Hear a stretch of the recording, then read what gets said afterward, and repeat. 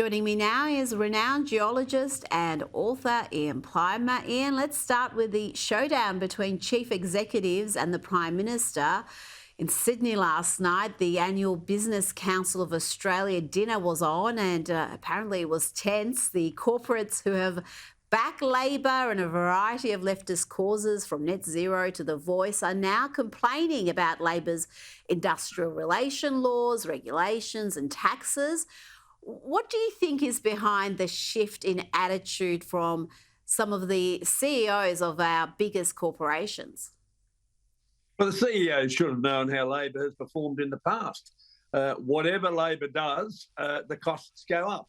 People have got to remember from history that industrial relations becomes absolutely chaotic when we have a Labor government. People should know that contracts get cancelled. People should know that a major project get shelved. That's been the performance of Labor when they've been in government. Why are they surprised now? And these CEOs should not have been backing Labor. They should have from day one been standing up against Labor, against some of the crippling policies that they had. The CEOs that stood up against the Voice. And now they're complaining. So I think their chickens have come home. Well, yeah, at least now they seem to be focused on the bottom line, which is a refreshing change from the social engineering that was seemed to be preoccupying them in the past. Now, Anthony Albanese, though, is not backing away from his government's agenda, despite this new criticism from the corporate sector.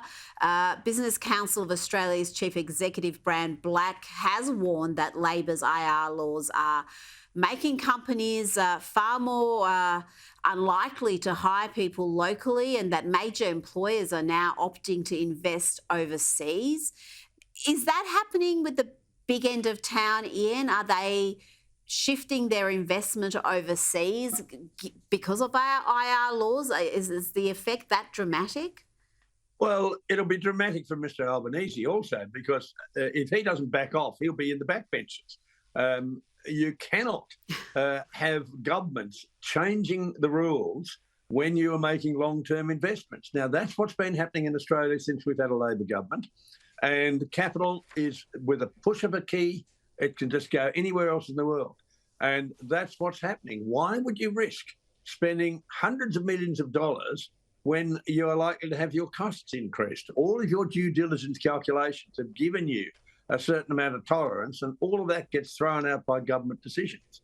So this is something that companies do all the time. They look at their costs. Well, I wish governments would do that. Companies look at saying, well, can we get better bang for our buck somewhere else? And there are some places where it was very, very expensive to operate. I come to you from Broken Hill. This was a union mining town. This was a very, very expensive place to operate. Fortunately, it was the world's richest and biggest ore body. Those days have now finished.